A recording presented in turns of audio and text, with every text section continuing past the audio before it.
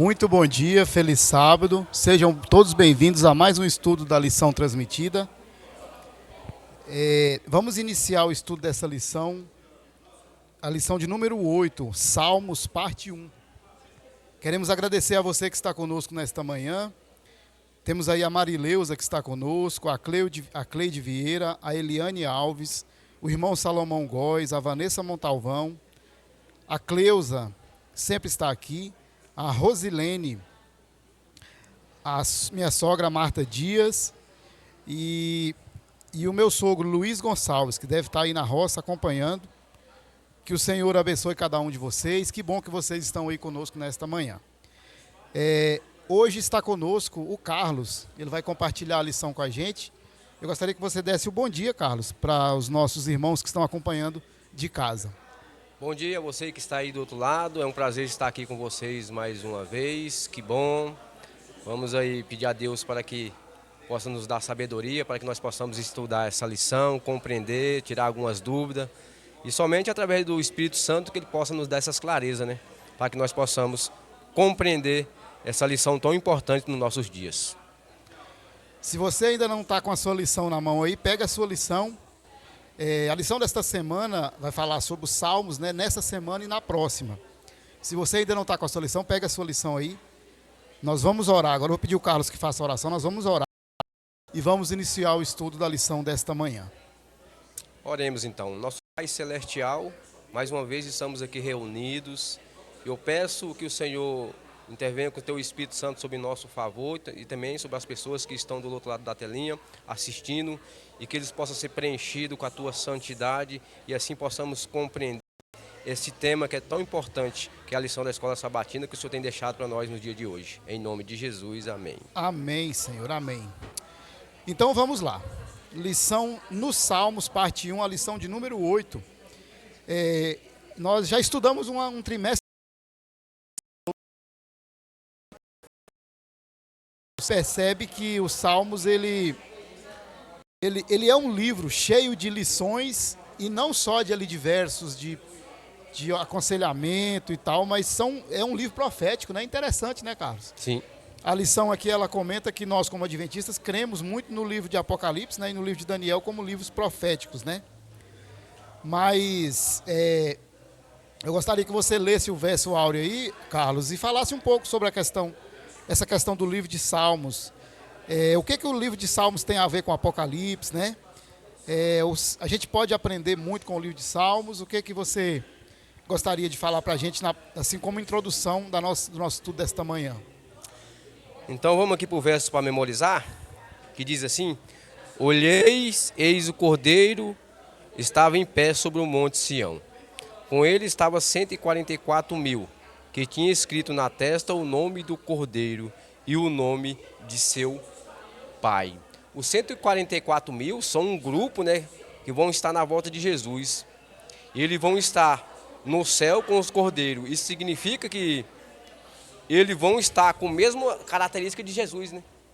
Os mesmos procedimentos de Jesus. E o interessante é que, quando a gente estuda aqui, nós temos mais uma vez, assim, no Apocalipse, fala 29 vezes sobre o Cordeiro, né? Chamado em Apocalipse. E aqui nós temos um ergue grimático dos 144.000, a respeito que fala das características do povo remanescente de Deus. Aí nos Salmos, a importância de estudar os Salmos, Cleito, os Salmos são uma fonte rica para a gente entender aquilo que está escrito no Antigo Testamento. Ela tem uma ligação, como a gente vê aqui, ó, uma leitura atenta dos Salmos leva muita parte do Apocalipse a ganhar vida, especialmente o capítulo 14. Os Salmos têm uma conexão com o santuário. Por quê? Primeiro porque foi escrito, né, pelo Davi, né, e a coletânea de hinos no santuário, onde seu filho Salomão fez, né, e que Davi escreveu era usado no tempo de Salomão para ser cantado a Deus. A importância de estudar os livros de Salmos hoje em nossos dias, né, para a gente ter uma compreensão a respeito do santuário. Muito bem, Carlos.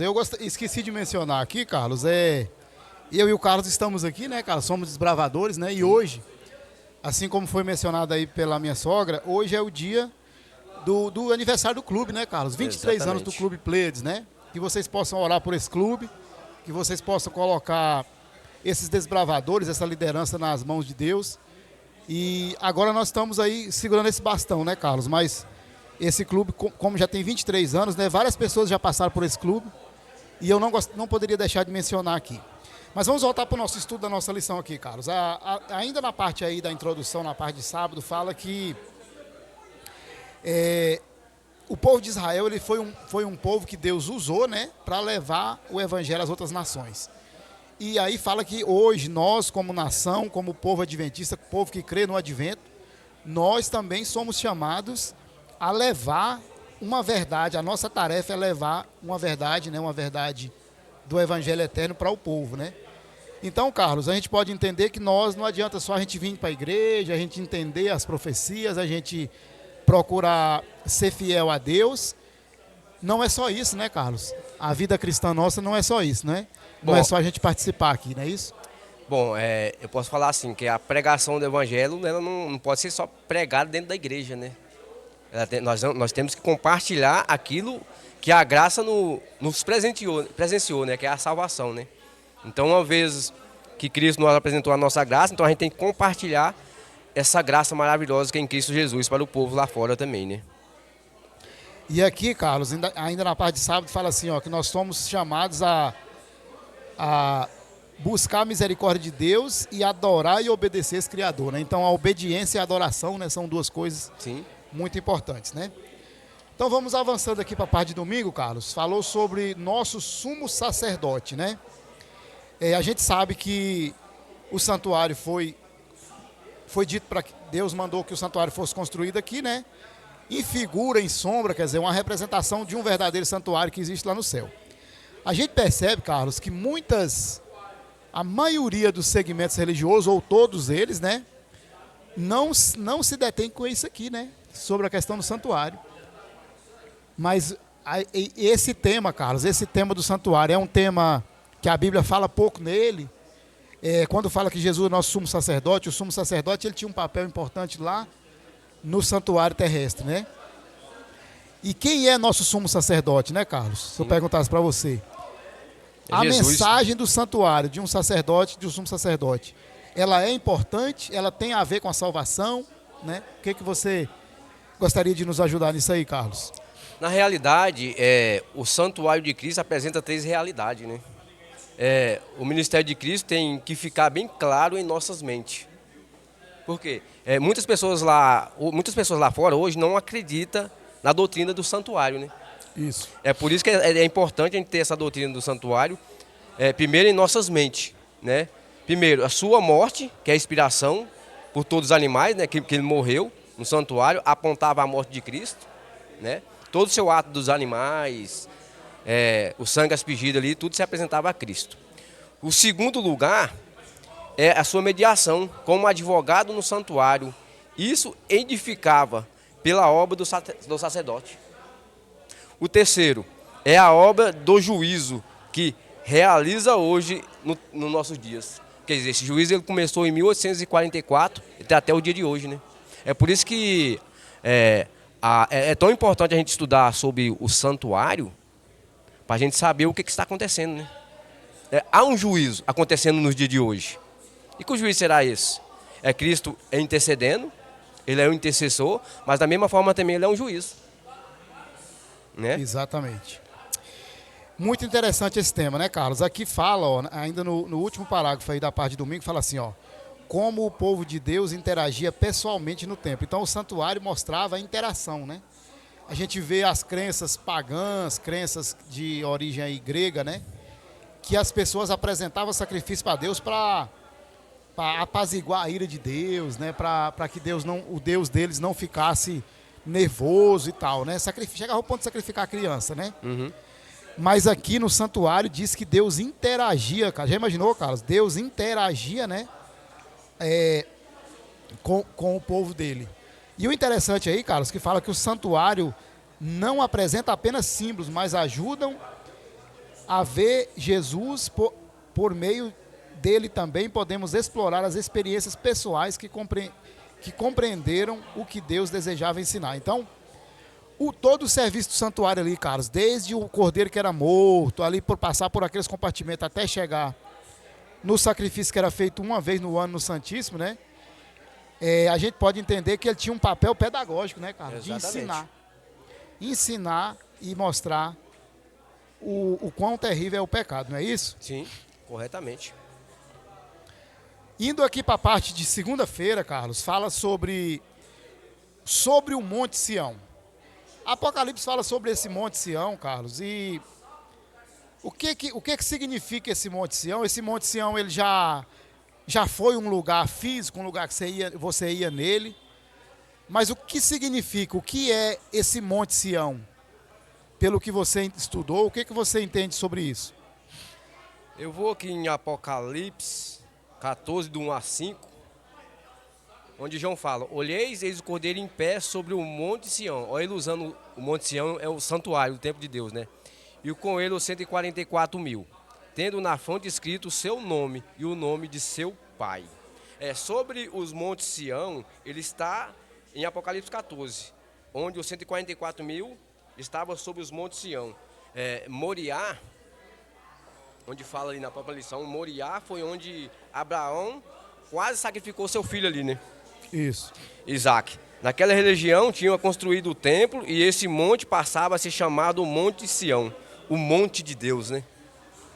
A Bíblia usa essa expressão como forma do santuário, que expressa o hábito do santo do monte. A resposta está em Apocalipse 14, que é os 144.000. E que o cordeiro é Jesus e o Monte Sião é uma ilusão do templo de Deus, né? Vê agora, está falando de um trono e o Monte Sião é a casa de Deus, é o local de sua presença, onde ele é adorado. Então, Carlos, a gente pode entender aí que o Monte Sião realmente foi um lugar que existiu, né? Sim. E sempre que se refere hoje ao Monte Sião, se refere à presença de Cristo, né? Sim. E o Apocalipse fala que também Jesus ele estará com os remidos, né? E esse grupo especial que você mencionou, os 144.000 que está lá no verso áureo, eles se apresentarão, né? Com Cristo no Monte Sião. Olha que negócio interessante, né? Então, e o interessante, Carlos, que esses 144.000 que a Bíblia menciona, que é um assunto assim bem profundo, né? Fala que esses homens eles estavam ali por um motivo, esses 144.000. Qual o motivo que esses 144.000 estão ali com o Cordeiro no Monte Sião, na presença de Deus? Apocalipse 14, ele dá uma resposta do Salmo 15. Olha aqui, ó. Salmo 15 fala assim, ó: eis que o Senhor habita no seu tabernáculo, e quem há de morar no teu santo monte. Davi está apresentando aqui como o santuário do Deus, né? Aí ele continua: o que vive com integridade e pratica a justiça de coração fala a verdade, que não difama com sua língua, não faz mal ao próximo, nem lança injúria contra os seus vizinhos. No verso 5, o que não expressa o seu dinheiro com usura e nem aceita suborno contra os inocentes. Quem desse modo procede jamais será abalado. Apocalipse 14 apresenta o Salmo 15, né? A adoração do santuário é onde Deus está permanente, né? Eu lembrei que agora, não sei se está no livro Parábola de Jesus, Eu Caminho a Cristo, que fala que a gente devemos contemplar pelos olhos da fé Cristo no santuário celestial, intercedendo em nosso favor. Por quê? Porque o tema do santuário do Monte Sião, ele é muito importante para os nossos dias de hoje. E o interessante aqui, Carlos, é que aqui, ó, fala assim, ó: estar à altura da descrição dos que podem entrar na presença de Deus, conforme vemos nesses salmos, é uma tarefa difícil para pecadores. Então, Carlos, por que esses 144.000 eles são dignos de estar ali? Pelo que a lição nos ensina, não é por méritos dele, né? Deles, é porque aqui diz assim, ó: porque o Senhor os capacita a ficar em pé no Monte Sião. A lição passada, não sei se você lembra, Carlos, fala que Isaías ele viu a Deus, né? A gente entende que não viu plenamente a Deus, mas ele contemplou ali a glória, né? A glória de Deus. E aí, qual foi a conclusão que Isaías tirou?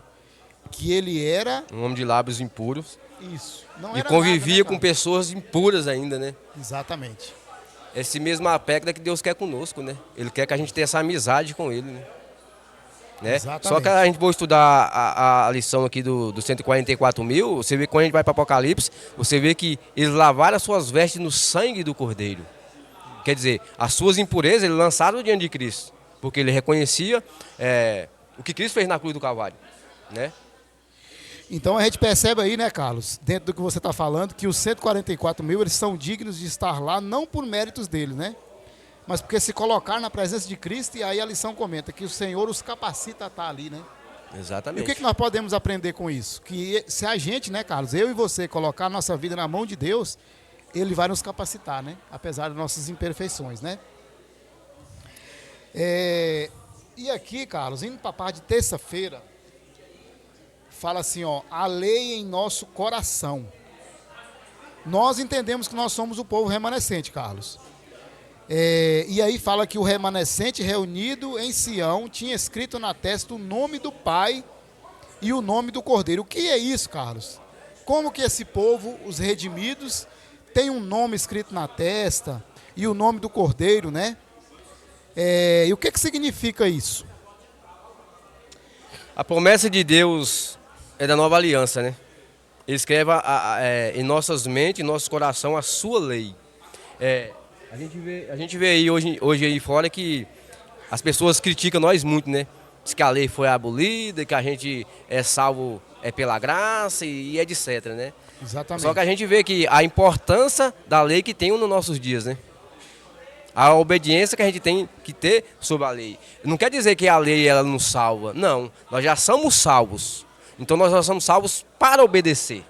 É por isso que é importante Deus colocar no nome, na nossa testa e no nosso coração a sua lei. Para a gente saber o quê? Para a gente saber pronunciar, procurar alcançar uma característica de Cristo, Jesus, em obediência, através da ajuda dele. Muito interessante isso aí, Carlos, que aqui fala assim, ó, aqui fala que o nosso nome vai estar escrito na testa, como você disse, né? Mas o interessante aí, Carlos, que isso aí é uma coisa simbólica, né? Sim. Porque esse nome não é que vai estar um nome mesmo visível escrito, né? Ninguém vai ver, né? Ninguém vai ver, mas na mente, né? Na mente. Na mente e no coração, como você falou, né? Olha a importância da consciência. Se eu transgredir, eu vou pecar. É por isso que é a importância da lei. A lei ela não mostra como é um pecador, né? Exatamente. Se você é obediente, você não deve roubar, então você não rouba. Exatamente. Né? Eu notei aqui, Cleiton, ó, o que significa ter o nome do Pai na testa? Significa possuir o caráter e possuir o caráter de Deus. Significa viver uma vida de obediência aos seus mandamentos, né? Então, Carlos, o que a gente entende aí é que o caráter, ninguém pode ver ele, né? Ver ele visivelmente. Não tem como. Mas a minha atitude mostra o meu caráter, né? Eu vi alguém explicando um dia, eu achei interessante, que diz que caráter é você fazer aquilo que é certo, mesmo que ninguém esteja vendo, né? Mesmo que teoricamente, porque Deus vê todas as coisas, né? Mas suponhamos, se você chegar aqui e ali tiver, sei lá, R$100 ali, não tem ninguém aqui na igreja, você chegou aqui, ninguém vai ficar sabendo, e aí você pega aquele dinheiro e você toma posse daquele dinheiro, né? Só que a gente não pode esquecer que a nossa consciência fala, é seu. Aquilo que você está pegando. A gente tem que lembrar disso, né? Exatamente. Eu fico imaginando ali, Carlos, por exemplo, a experiência de José. José, como ele tinha muita confiança do senhor dele, né, de Potifar, e como a mulher de Potifar arrumou uma situação que ninguém poderia saber, se José fosse um homem que tivesse caráter, ele poderia ter feito o que quisesse ali, Ele né? tinha o livre-arbítrio, né? Tive o livre-arbítrio. Mas ali mostra o quê? O caráter dele, né? O caráter dele. E aqui, Carlos mencionou aí na parte de Êxodo, de Êxodo 33, 34, sobre as duas tábuas, né? Sobre as duas tábuas que Deus escreveu os 10 mandamentos e deu a Moisés. Qual é a essência dessa lei, Carlos, que foi escrita ali? O que tem, por exemplo, por que Deus escreveu nas tábuas? Por que depois que as tábuas foram quebradas, Deus escreve de novo e entrega para Moisés, né? O que nós podemos aprender disso, Carlos? E outra coisa que eu te pergunto, Carlos, na lei de Deus, Já foi encontrado algo que dissesse, não, isso aqui não é bom, isso aqui não é bom para o ser humano. A gente entende que a Bíblia fala que a lei de Deus, ela demonstra o caráter de Deus, né? Existe alguma coisa no caráter de Deus que a gente pode questionar, Carlos? O que você acha? Eu acho que não tem nenhum questionamento sobre o caráter de Deus, né? A gente tem que entender que a lei de Deus ela é eterna. Não tem como. Quando Deus escreve os 10 mandamentos na tábua de pedra, a gente vê ali que não é para quebrar, como assim, Moisés ele quebrou ali a tábua ali irado, porque o povo tinha rebelado contra o povo ali, né?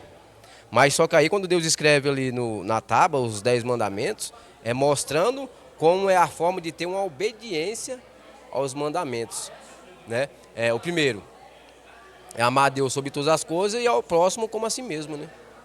Exatamente. Então como é que você vai ter um questionamento de um amor de Deus sobre os mandamentos? Paulo mesmo fala, o mandamento de Deus, ele é justo e bom, né? Exatamente. Então, Carlos, essa noção que é falada hoje, que nós vivemos no tempo da graça, que nós não precisamos obedecer à lei de Deus, ela não está de acordo com a palavra de Deus, né?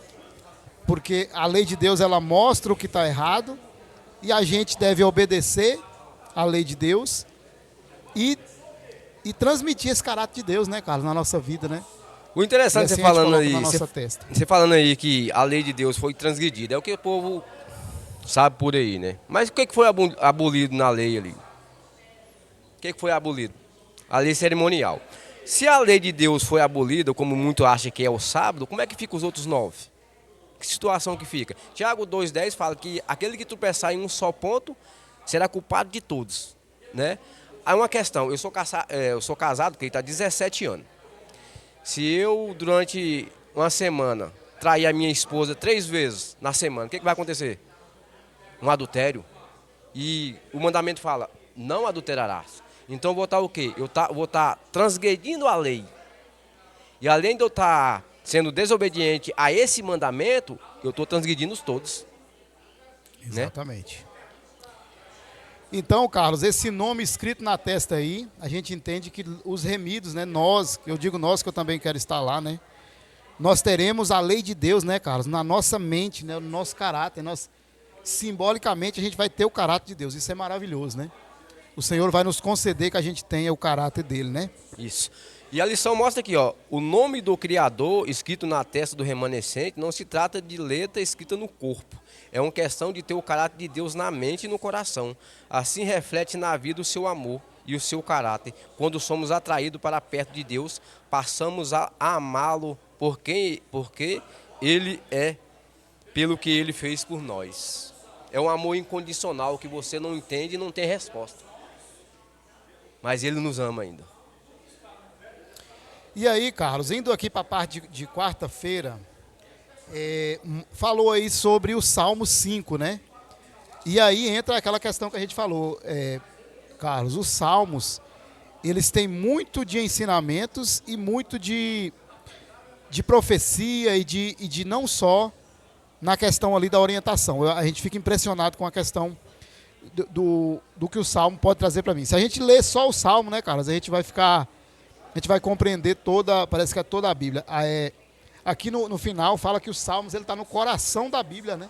Sim. Interessante que está até mais ou menos ali no meio da Bíblia, né? Mas aí nessa pergunta 4 aí, Carlos, fala assim, ó, que semelhança existe entre essas passagens? Isso nos ajuda a entender o que significa ser parte do remanescente nos últimos dias. E aí tem aquela passagem lá de Apocalipse 14, né? De 1 a 12, que fala que nós temos a obrigação de chamar o povo para adorar a Deus. Por quê? Porque é chegada a hora do juízo, a gente deve adorar aquele que fez o céu, a terra, né? E aí no Salmo 5,4 fala assim, ó, que Davi destacou que o mal não pode habitar com Deus. Por quê, Carlos? Que o mal não pode habitar com Deus. Por que Davi fez essa declaração? Vamos dizer, Davi ele era amigo de Deus, né? E Deus ele não se, vamos dizer assim, conformava com o mal. Eu tirei aqui ilustrações aqui de Salmo 5, do 5 até o 7, onde é importante o que Davi fala para nós nos nossos dias aqui, ó. Ele fala bem assim, ó, no Salmo 5, do até o 7. O arrogante não permanecerá à tua vista. Aborrece todos os que praticam a iniquidade. Então, Deus ele detesta a iniquidade. Tu destrói o que profere a mentira. O Senhor abomina os sanguinários e os fraudulentos. Porém, eu, pela riqueza da tua misericórdia, entrarei na sua casa e prostrarei diante do teu santo templo, no teu temor. Davi, mais uma vez aqui, ele se refere ao santuário do templo, né? Ele fala, a atenção do profeta estava voltada para o santuário. O Salmo 5:7 fala do ato de adoração. Aí esse ato de adoração é um tema central do grande conflito. A lição, ela fala de Apocalipse 13, né? Que nesse tempo final haverá uma história que a gente vai ter um tema da adoração, né? Você adorar a besta, ou adorar a sua imagem. Exatamente. A imagem da besta, né? Que decidiu que nós adoramos se a Deus, o nosso Criador, se adoramos a besta. E esse poder vai se levantar a tentar usurpar um lugar que pertence ao Senhor, né? Chegará um tempo que a gente vai ser forçado a adorar a besta, né? E aí, Carlos, aqui menciona a questão da adoração, que a adoração está no centro do grande conflito. A gente sabe que a gente vive no grande conflito, né? Entre o bem e o mal. E aqui, Carlos, Apocalipse 14:5 e o Salmo 5:9 diz assim, ó. Apocalipse 4:5 diz que na boca dos redimidos, não se achou o quê? Iniquidade. Mentira. Iniquidade. Não se achou mentira, né? Mas o Salmo 5:9 diz que na boca dos adversários não há sinceridade, quer dizer, não há verdade, né? Então, Carlos, a gente vê o quê? A gente vê um contraste, né? Os remidos, os que adoram a Deus, os que estão buscando servir a Deus, eles buscam fugir do quê? Da mentira. Mas os adversários, o adversário de Deus, as pessoas que não querem nada com Deus, na boca deles não há o quê? Sinceridade, não há verdade, né? E a gente observa isso, Carlos, na nossa vida, no mundo que a gente vive, né? Tem pessoas que a mentira para ele é uma coisa natural, né? E aí nós, como cristãos, a gente entende que nós podemos cair na armadilha da mentira, podemos, mas isso não é uma coisa frequente na nossa vida, né? A gente não pauta a nossa vida na mentira, né? A nossa vida deve ser pautada na verdade, né? Lá no Salmo 40, não fuja a memória, o próprio Davi ele fala, Senhor, vigia a porta da minha boca. O que ele está pedindo? Ele está pedindo para que o Senhor vigie a porta da sua boca para que não saia nenhum ato de iniquidade, ou mentira, ou coisa suja, né? Cristo lá em João 15, ele fala assim, ó, sem mim vocês não podem fazer nada, vocês não tem como você progredir, ter uma vida santa diante da sociedade sem a minha ajuda. Então a gente somos completamente dependentes de Cristo, né? Não quer dizer que a gente não mente, nós temos mentiras, mas quer dizer, a gente está num processo de uma santidade. Exatamente. E também, Cristo está querendo tirar essa bagunça de dentro de nós, né? Reconstruir o que há dentro de nós, né? Mas para isso é o quê? É pedir um coração puro, como Davi fez em Salmo 51, né? Para que nós possamos ter completa essa ajuda através de Cristo Jesus, que está para nos ajudar. E um ponto interessante que a lição da semana passada mencionou, Carlos, é que o Senhor nos capacita para levar o Evangelho, né? Para levar as boas novas. Eu não posso viver minha vida de qualquer maneira, né? E achar que eu vou levar o Evangelho e vai ter resultado, né? Uhum. Nós precisamos buscar uma preparação. Não que a gente fala, não, agora eu vou ser santinho, não, né? Mas a gente precisa se colocar na presença dele e ele vai nos capacitar, assim como fez com Isaías, né? Exatamente. Isaías reconheceu, né? Ele achava que era santo demais, mas aí ele reconheceu que quando Cristo ele apresenta para ele, ele falou, não, sou um homem de lábios impuros e convivo no meio de pessoas impuras. Então ele foi o quê? Ele foi humilde. Ele reconheceu como um pecador, assim tem que sermos nós. E aí, Carlos, aqui na parte de quinta-feira, fala assim, ensinar aos transgressores os teus caminhos, né? Eu fico imaginando, Carlos, que às vezes a gente olha para algum grupo de pessoas, ou para uma pessoa, sei lá, uma pessoa que é viciado, que é perdido nas coisas do mundo, e às vezes a gente tem a tendência de olhar para a pessoa e dizer assim, não, esse aí não adianta, né? Esse aí não adianta eu pregar para ele e tal. Mas aqui diz que nós devemos ensinar aos transgressores os teus caminhos, né? Então, o ensino é realmente para aquele que está em dificuldade, para aquele que está no erro, né? E aí, Carlos, ainda menciona Isaías, o que a gente falou aqui, né? Depois que Isaías viu o Senhor na sala do trono, foi informado de que a sua iniquidade foi tirada e o seu pecado perdoado. Quando a pessoa vai a Cristo, o Carlos, quando a pessoa se aproxima de Cristo, o que acontece com a pessoa sincera, com a pessoa que quer mudança? Quando nós experimentamos a graça do Senhor, nós não ficamos só para nós, né? Nós queremos compartilhar sobre essa graça. Eu creio que você conhece a minha história, né? Não todos, né? Mas você do outro lado também da telinha, eu venho de uma ficção, né? De pessoas muito rígidas, cruel, tal, etc. Não vamos chegar a esse ponto, não. Mas Cristo, ele me libertou. Só que essa graça, eu não quero ficar para mim. Eu quero compartilhar aquilo que ele fez comigo. E no Salmo 51, Davi teve esse reconhecimento dessa graça com Deus. Você vê o Salmo 51, o arrependimento que ele fez ali com Batseba, do seu crime também, né? E o que ele fala lá no Salmos 14, ou no Salmo 51, 14, fala: livra-me, Senhor, do crime de sangue, ó Deus, da minha salvação. E a minha língua exaltará a tua justiça. Abre, Senhor, os meus lábios, para a minha boca manifesta o teu louvor. Ele não queria ficar a sua graça, ele queria ter uma comunhão com a graça, para que essa graça o ajudasse a habilitar pessoas para que possam estar no caminho que ele estava também. Então, a própria lição fala assim também, Ellen White, ela menciona aqui no Caminho a Cristo, página 50, né? Ela fala bem assim, ó: tão logo uma pessoa aceita a Cristo em seu coração, nasce um desejo de apresentar ao outro precioso amigo que encontrou em Jesus Cristo. A verdadeira salvadora e santificadora não pode ficar escondida em seu coração. Se estivermos revestidos da justiça de Cristo e cheios da alegria que seu Espírito produz, seria impossível nos conter.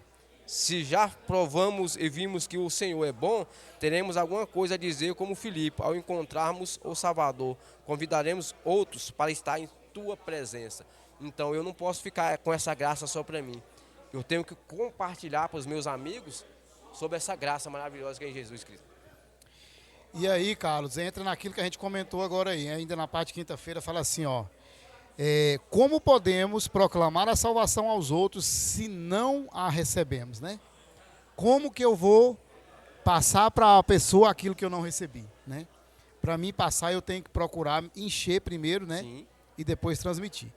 E aqui, Carlos, depois da pergunta 5 aí, aqui fala assim, ó, a pergunta 5 fala assim, ó: o que Davi prometeu fazer depois que Deus o perdoasse e purificasse o pecado.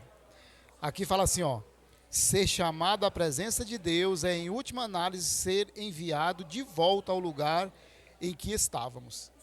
Eu fico imaginando assim, Carlos, a lição ela vai muito lá no Gênesis e no Apocalipse, né? Mas a gente entende que Deus, a vontade de Deus e o propósito de Deus é que a gente volte à nossa condição original, né? Antes do pecado. Volte ao primeiro amor. Nós não vamos ter acesso de novo ao Éden, vai restaurado, né? Vai ser restaurado. Essa terra será restaurada de novo. A gente crê nisso, né? Então aqui fala que a gente vai ser enviado de volta à nossa condição original, livre do pecado, né? E aí entra um ponto, Carlos, que você tocou, que é muito importante. Aqui fala assim, ó: que tão logo uma pessoa aceita a Cristo, seu coração nasce um desejo de apresentar aos outros o precioso amigo que encontrou. Eu digo para você aí, meu irmão, que está acompanhando a lição, isso não aconteceu com você quando você entendeu o Evangelho, quando você entendeu a mensagem? Parece que a gente fica constrangido, né, Carlos? Assim, constrangido, que eu digo assim, você quer transmitir aquilo que você apresentou. Mas se a gente não pratica isso, se você não passa para frente aquilo que você está aprendendo, à medida que os anos vão passando, isso vai o quê? Vai se esfriando, né, Carlos? E aí a Bíblia nos convida a gente voltar ao nosso primeiro amor, assim como você mencionou aí, né? Eu vejo que Davi estava experimentando o perdão divino, né? O desejo de coração de Davi era que, ao experimentar o perdão, ele agora pudesse ensinar os transgressores o caminho de Deus e implementar a salvação e o perdão e a graça que queria partilhar aos outros. O mesmo objetivo tem que ser nós, né? Ele transgrediu, sim, mas o que ele estava querendo? Ele estava querendo implementar o perdão divino para ser perdoado, de fato ele foi, mas o que? Mostrar para os transgressores o que Deus tem feito por ele. E aqui, Carlos, fala assim, ó, que se nós estivermos aí no segundo parágrafo aí depois da pergunta aí, fala assim, ó, na parte quinta-feira, fala assim, ó, se nós estivermos revestidos da justiça de Cristo e cheios da alegria de seu Espírito, será impossível nos contermos, né?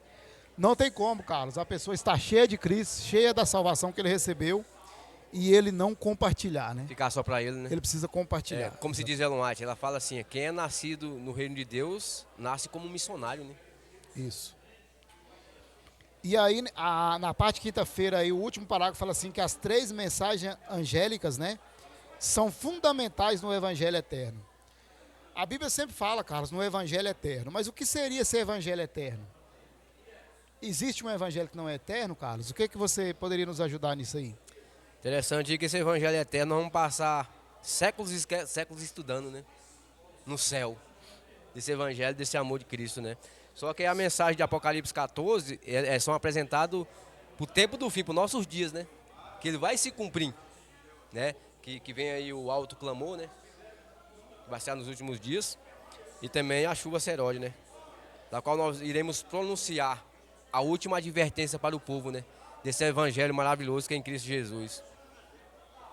Então, Carlos, a gente pode entender que o evangelho está sendo pregado aí, né? Por muita gente, né?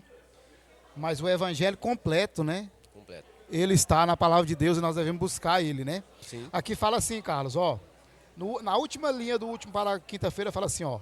Fora do evangelho eterno, realmente não temos nada de valor a dizer ao mundo. Olha que interessante isso, Carlos. Fora da mensagem verdadeira, da mensagem de que nós devemos adorar a Deus, aquele que fez o céu e a terra, né? Porque é chegada a hora do juízo. Tudo aqui, Carlos, passa, né? Todo o ensinamento, tudo que as pessoas aprendem é uma coisa o quê? Passageira, né? Exatamente. Mas o evangelho verdadeiro, ele é o quê? Igual você mencionou. Nós vamos continuar aprendendo ele aonde? Lá na eternidade, né? Eu gostaria que você lesse aí, Carlos, o rodapé de quinta-feira aí, essa pergunta final aí da parte de quinta-feira. Uhum. Antes da proclamação da terceira mensagem angélica, somos conduzidos ao Evangelho Eterno. Qual é a importância dessa verdade fundamental para toda a nossa crença? Olha aí, Carlos. Nós somos conduzidos ao Evangelho Eterno, né? Então primeiro a gente aprende o Evangelho Eterno e depois a gente proclama, né? Se a gente for ver profundamente aí, Carlos, no livro de Apocalipse, esse terceiro anjo aí que proclama, né? Na verdade, somos nós, né? Somos nós pregando o Evangelho. Então, quando você prega o Evangelho, quando você fala de Cristo para alguém, você está fazendo parte desse grupo aqui, né, Carlos? Exatamente. Que está pregando o Evangelho Eterno. Carlos, nós temos 4 minutos ali. Eu gostaria que você fizesse aí as suas considerações finais aí, para essa nossa lição sobre os Salmos, parte 1. Bom, meus amigos, vocês que estão aí do outro lado da telinha, é um tema bastante... É gostoso de estudar, né? Não vou dizer para você que é fácil. Se eu dizer que é fácil, estou mentindo, né? Então, eu peço para vocês é o quê? Continue estudando a lição, pede o Espírito Santo, né? Que ele é o professor, para te dar sabedoria, para que você possa compreender esse tema importante a respeito dos Salmos, né? E o bom mesmo também é quando a gente, antes das nossas atividades durante o dia, né? A gente... chegar em casa à noite, ler umas partes do Salmo ali e agradecer a Deus pelas atividades durante o dia que Ele nos deu, né? A importância de ler não só os Salmos, mas também a Bíblia por completo, a nossa vida espiritual ela vai florescendo, né? E a gente vai nos capacitando a amar esse Deus que nos perdoou e nos salvou. Eu gostaria de convidar você, meu irmão, a ver lá na parte inicial, na parte de sábado, a imagem da lição. É interessante, Carlos, porque mostra os corações ali, mostra um espelho, né? E aí, só nessa imagem aí, cara, a gente tira muitas lições. Eu gostaria que a gente fechasse o nosso estudo pensando nisso aí, né? Corações que estão refletindo ali o caráter de Cristo, né? E aí, a luz, ela vai ali a luz que vem do céu, que é a luz do Evangelho Eterno, né? Que eu e você, irmãos, possam ter no nosso coração essas verdades, né? Do Evangelho Eterno e proclamar elas, né? proclamar a verdade de que Cristo está voltando, né? Que nós devemos nos preparar para o retorno dele, né, Carlos? Sim. Eu gostaria de agradecer vocês que estiveram conosco aqui nesta manhã, a Marileuza, a Cleide Vieira, a Eliane Alves, que hoje está em casa aí acompanhando, né, Eliane? O irmão Salomão e a Vanessa Montalvão, que sempre estão ali. A Cleusa Vitor, que deve estar lá na fazenda, né? Deve estar com o almoço pronto aí, né, Cleusa? A Rosileide Silva, a minha sogra Marta, que deve estar lá com o almoço pronto lá também. Meu sogro Luiz, bom dia para o senhor, meu sogro, que Deus abençoe o senhor aí. A irmã Badia Alves, e ela fala para a gente continuar orando, né? A irmã Badia sempre pede oração pela filha dela, que a gente possa orar. Carlos, a gente está encerrando o nosso estudo desta manhã. Queremos agradecer os nossos irmãos que estiveram conosco. Eu quero pedir você que ore, Carlos, e você que está em casa, nos acompanhe em oração nesse momento. Então vamos orar então. Nosso Deus, muito obrigado, porque até aqui o Senhor tem nos ajudado. E nós pedimos para que esse evangelho eterno fixe no santuário do nosso coração, para que nós possamos amar o Senhor de todo o coração, alma e mente, e assim compartilhar, Senhor, Pai, esse evangelho eterno para as pessoas lá fora. Em nome de Jesus, amém. Amém, Senhor. Então, na semana que vem, irmãos, vamos estudar os Salmos, parte.